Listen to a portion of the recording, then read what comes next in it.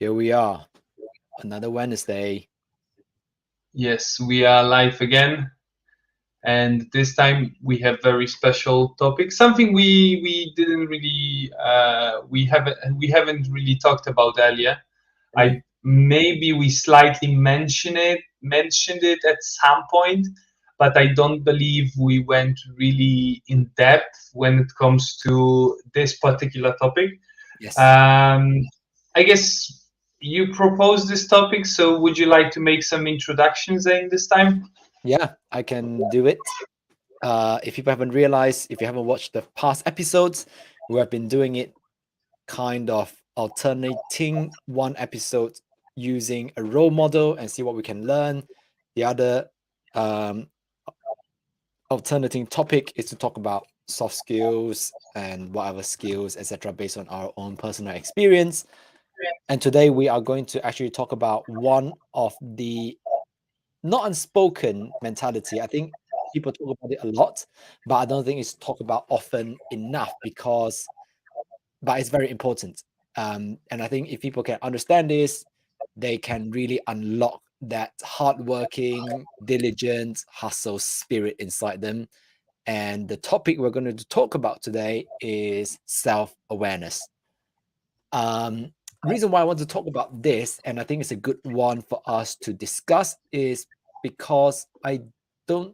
I think obviously, if you listen to Gary Vaynerchuk, whom we talk about a lot, he talks about self-awareness so much. Every time you hear him speak, it's almost very rare that he doesn't talk about self-awareness. But what does self-awareness actually mean?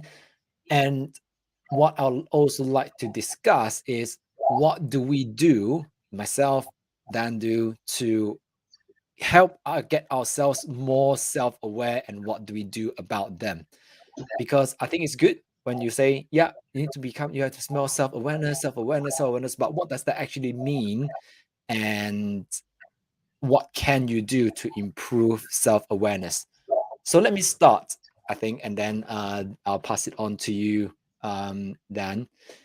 So, Okay. in my opinion, I think self awareness is really about on the tin. Basically, what it says is about how much do you understand yourself. But to give it a bit more context, I look at self awareness not just in terms of how well you understand yourself, in terms of how you think about certain stuff, your mindset, how you deal with challenges in life, your framework of the world, but it's also about what works for you. You know, how do you communicate? How do you present certain things? How do you engage with people? How do you interact? Um, how do you, I don't know, deal with your own money, or how do you manage your own lifestyle or whatever? The example that I can think of here is a lot of the time when people say, oh yeah, in order to become successful, you have to have a morning mindset or a morning routine, right? Mhm. But if you listen to someone like, Gary Vaynerchuk, or actually there are a lot of other entrepreneurs who will talk about this and go, yeah, but I don't do any of those things when I wake up. So like Stephen Bartlett, who is a very successful entrepreneur in the UK, whom I really look up to. I was in a conference once and someone asked him, do you have any morning routine? He goes, I don't. I like to actually wake up whatever time I want to. When I feel like I'm energized to wake up, I do that. But this is what he then says, is that, but what I make sure is that after I wake up, every minute when I'm awake, I am maximizing the productivity that I have. So that's also a really good framework, because that's how he works. And for me, the example of being self-aware is, don't do something just because someone says so. You can use that as a reference to see whether it would suit you, and I will encourage people to try. But what is important is to work out what really works for you. Like, for example, I know that I'm someone who needs to sleep 7-8 hours at least, but most of the time I'm not. And then when I'm not, I feel like, oh, I am like, I feel a Mhm. bit lack of energy, etc. But then if you listen to a lot of people who say hustle, hustle, hustle, hustle, hustle, they say, yeah, you need to sleep at 2 o'clock, wake up at 6. They're just like, rah, rah, rah, rah, rah. But that wouldn't work for me. If I do that, I would immediately burn out, and I would not be able to achieve whatever I want to achieve. So what does that mean for us is, I think is to just start to pay attention to how you do every single thing. It's literally creating space between reacting to something, or sorry, between a stimulus of an event and reacting to it.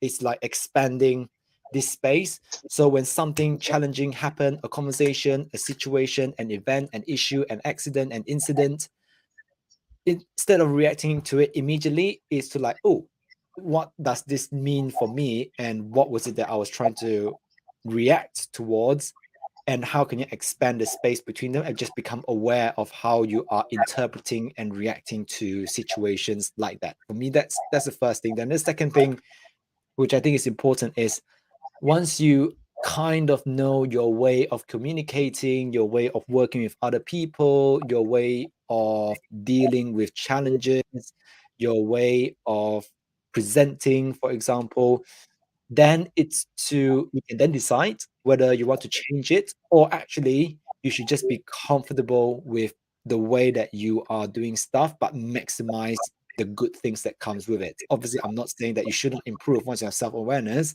I'm sure there are some characteristics and personality that we Mhm. have to change in order to become a better version of ourselves. But sometimes I don't think you have to do that. It's there is probably a different and a better way to do things, but that all also comes with self-awareness, because self-awareness is not just about what you know you're good at, but also know what you're not good at so that you can work on a bit of those things. So that's kind of my starting point. And yeah, Dan, let's listen to yours. I would like to give a broader perspective to what you just said, because like when I was preparing for this episode, I read one article by I don't remember who was the author, but I remember that it was in Harvard Business Review.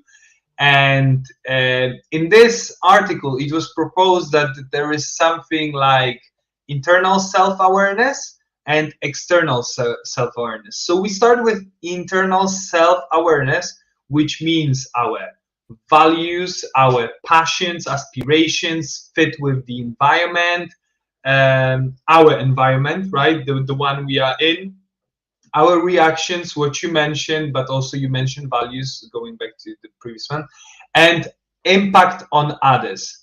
So actually, self-awareness is let's say the sum of the things that we truly know about ourselves. It's not what we actually believe we are, but who we actually are when we look like honestly in the mirror and say and we will analyze ourselves truly. Then we will find our values, our passions, our aspirations fit with our environment, reactions, and impact on others. And there is external self-awareness, which is actually how people view our internal self-awareness, right? So there is this connection between these two, let's say, parts. So there is this thing that we know about ourselves, and there is this thing that people how people view it, because like we have to remember that it's kind of good to live with your own values, with your own principles. But if you want to achieve something in life, you will need to lesser or greater extent people, right? Mm, mm, You will have to cut a deal with someone, do a business with someone. You will have to ask for help from someone. There is no way that you can achieve something in your life without any interference from the outside, right? Whether absolutely. it's help or you pay someone to do something for you, whatever form, right? Mm, Uh, so so that's why it's not only important to be aware that, okay, so in terms of like, okay, I can see that I'm good in this and this, but also we have to regulate people views on our strengths and weaknesses, right? because like we can feel that something is our strong side, or something is our weaker side, but people may not know about it. Mm, And what's the point then, right? mm, So let's take an example. You might think that you are good in marketing, you are strong in marketing, but what if people view you as weak in this perspective, right? You might think that you are, I don't know, honest person, but maybe you have never expressed it to people, right? So you believe in honesty, you believe in being, I don't know, fair, or something like that, but people may not know about it. So like, what's the point then? mm, You know what I mean? I know what you mean. Yeah. So we have to remember that we are part of the society. We are part of the bigger plane, let's say. Mm, So we don't live in a vacuum. So our self-awareness is also not like a laboratory vacuum scenario, right? yeah. So you're really coming at self-awareness at an angle of, yes, although it has the word self in it, but we also have to Yeah. be aware that the self also live within the bigger self, the bigger society, and whatever we Mhm. become aware of needs to fit in with that wider piece, basically. Uh, yes, because the thing is that when the word self, right? It's of Germanic origin, which meant in Dutch zelf, the German selber, and Elius was empathetic, right? Mm, So that's where self comes from. So uh, I'm not referring to some altruistic bullshit, as I mentioned. I think early in this season, that altruism is just bad, and people should stop talking about it, because there is no such thing as altruism. To be honest, at least in my opinion. Of course, I might be wrong, but I believe that there is no such thing as altruism, and there is always a motive for us to do to take certain action, to do certain things. Uh, mm, uh, but but uh, but at the same time, we have to remember that that we are very connected to other people, and there is no mm. way that we can just disconnect and go on our own. Path. Yeah. Yeah. Okay. That's interesting. Yeah. And also another thing that just crossed my mind when we talk about self-awareness is clearly a lot of what we just discussed are very behavioral, like knowing, like, you know, how you communicate, how that's fitting with other people, how you interact, all these sort of things.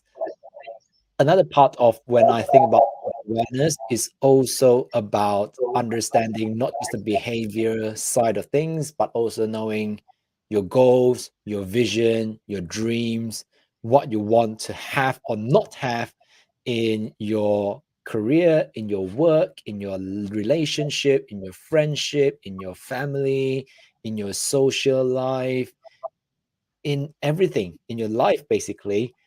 That self-awareness piece also plays a part in knowing exactly what you want. What is interesting to me is I've had some conversations with people recently around relationship, for example. We were having a Hmm. discussion, etc. And I had to ask this person to say, "Oh, what would an ideal relationship look like or feel like for you?"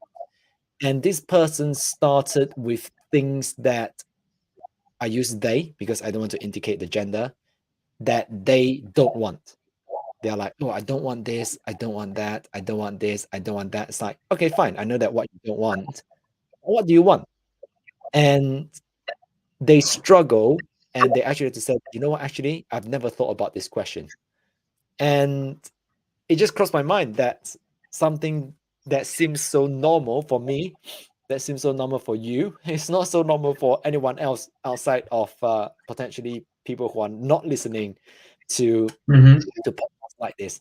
And yeah, it just suddenly sparked something in me that goes, you know what, self-awareness is also about understanding what you want. I think it's very important. I believe that if you always focus on what you don't want, you'll always get more of what you don't want, because whatever you look for, you create. So if you say, I don't want X, Y, and Z, you always look for X, Y, and Z because they occupy this space inside your mind. So every time when X, Y, and Z show up, you're like, oh yeah, this is exactly what I don't want. But you never create space, create the A, B, and C that you do want. Hence, you don't focus or pay attention for those things to appear in your life. And this is why I think for me, self-awareness is not just about the behavior side of things. It's also a Uh-huh. little bit about the tangible, the future, the direction, your wants, your needs, your desires, that part of it as well. That's probably another pillar of self-awareness that's apparent You to know me. what? You know what? This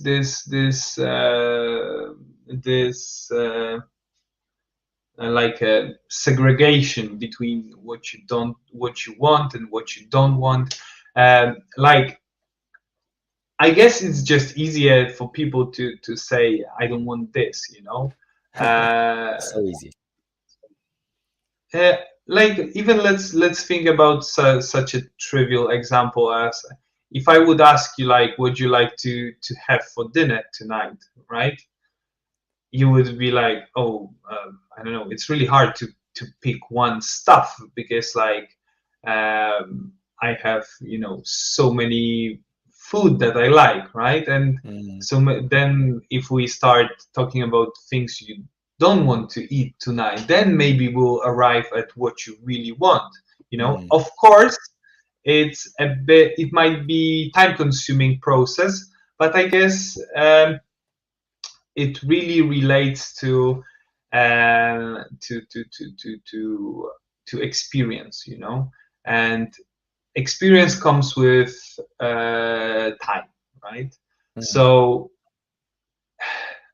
I would say that as for 26-year-old guy, I'm pretty self-aware, but it is because I tried so many different things, it's because I have, even looking from the angle uh, of like a professional career, right? So I worked at two major companies, um, two different companies, because one was consulting, the other one was automotive. mm, And thanks to this, I understood that I don't want to work corporate. And the answer was that I want to run my own business. But also during my first year to second year, now it's actually now it's past 3 years since I started my business, but past 2 years since I'm doing it full time.